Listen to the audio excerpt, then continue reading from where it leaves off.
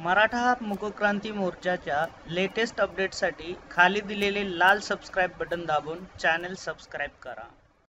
श्री दत्तात्रयजी सावंत 5 मिनिटात आपण सभापती महोदय, महाराष्ट्र विधान परिषद नियम 260 अन्वये सत्ताधारी पक्ष आणि विरोधी पक्षाने सादर केलेल्या प्रस्तावावर मी माझं मत मांडण्यासाठी या ठिकाणी उभा आहे।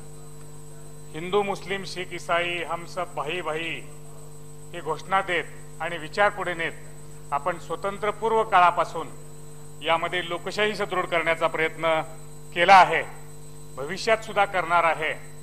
नेहमीच देशाच्या पातळीवरती अग्रणी राहिलेले महाराष्ट्र राज्य आणि या महाराष्ट्र राज्यामध्ये बहुसंख्य असणारा मराठा आणि या मराठा समाजाची झालेली आजपर्यंतची ससे होलपट ही पाहता अत्यंत असंतोष तरुणांच्या मनामध्ये, नवे आबालवृद्धांच्या मनामध्ये राज्यामध्ये निर्माण झाला आणि त्याला कुठंतरी एखादं तात्कालिक कारण हवं होतं। अनेक जण याच्या अगोदर बोलत होती, सांगत होती, परंतु त्या ठिकाणी अशा पद्धतीने समाज बाहेर आला नव्हता।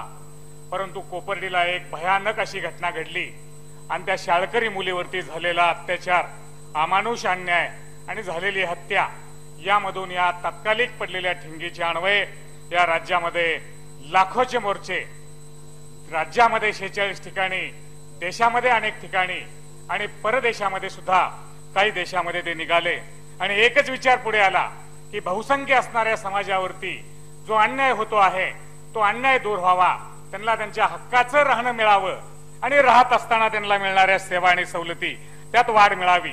परंतु ती पाठीमागच्या काळात मिळालीच नाही आणि त्याचा परिणाम किती झाला आहे याचा जर आपण खोलात जर गेलो तर खात्रीनं प्रत्येकाला विचार करावा लागेल आणि चिंता वाटेल।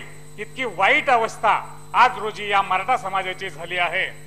मी सभापती महोदय, तुम्ही सांगितल्याप्रमाणे वेळ घेणार आहे, परंतु या ठिकाणी मी ज्या शहराच्या शेजारी राहतो ते पंढरपूर शहर, मी पाठीमागच्या 2 दिवसापूर्वी हा प्रस्ताव आल्यानंतर त्या ठिकाणी शहराचं निरीक्षण करण्यासाठी माझ्या संघटनेला मी सांगितलं आणि मराठा समाजाची काय अवस्था आहे बघायला सांगितली।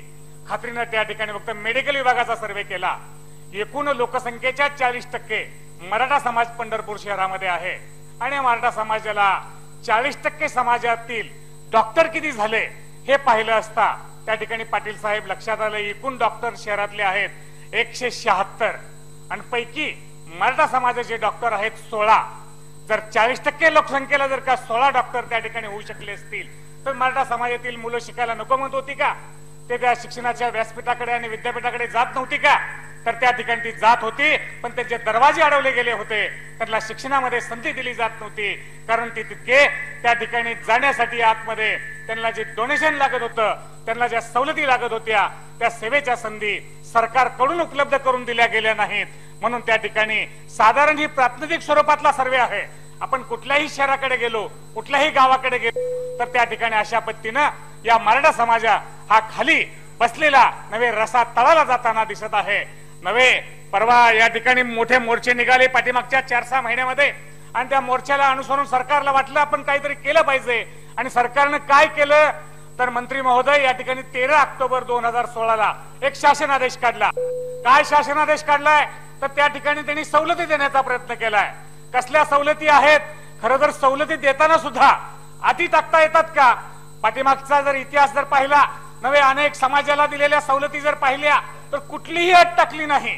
मराठा समाजाला मात्र सवलत देत असताना 13 ऑक्टोबर 2016च्या शासनादेशामध्ये त्या ठिकाणी विद्यार्थ्यांना सवलत देतोय, शिकण्यासाठी सवलत देतोय, त्याच्या शैक्षणिक प्रतिपूर्तीची सवलत देतोय आणि त्या ठिकाणी त्यांना 60% गुणाची अट टाकली।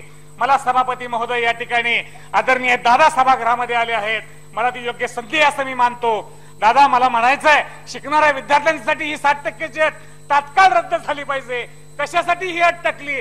एक तर आजपर्यंत 70 वर्षामध्ये स्वातंत्र्य मिळाल्यापासून त्यांना ते दरवाजे बंद राहिले, आता जर का तुम्ही ती देतच असाल तर तुमचं मनापासून अभिनंदन आहे आणि ते अभिनंदन करत असताना आपण ती अट मात्र रद्द करावी अशी माझी इच्छा आहे। आणि या ठिकाणी त्या मराठा समाजाच्या पहिल्यांदा आरक्षण देताना ती लढाई न्यायालयातली काय होईल, राजकीय पक्षांचे विचार काय असतील, तो भाग जरी फुडला असला सभापती महोदय, तरी आता या ठिकाणी सरकारला विद्यार्थ्यांना शिकण्यासाठी शालेय जीवनामध्ये आपण सवलती सरकार म्हणून देऊ शकतो.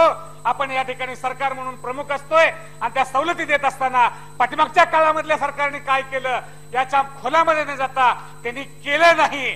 करणं आवश्यक होतं, अपेक्षित होतं. आपण आता प्रमुख आहात, आपण ते करा आणि या राज्यामधील तळाला चाललेल्या रसातळाला चाललेल्या त्या समाजाला, मराठा समाजाला आपण सवलत द्या. इतकीच या ठिकाणी फार छोटी अपेक्षा व्यक्त करतो. आणि त्याचबरोबर एकच मिनिट अजून एक पाटील साहेब घेतो की प्रत्येक तालुक्याच्या ठिकाणी जे मुलं येत आहेत त्या मुलांना राहण्यासाठी सोयी नाहीयेत.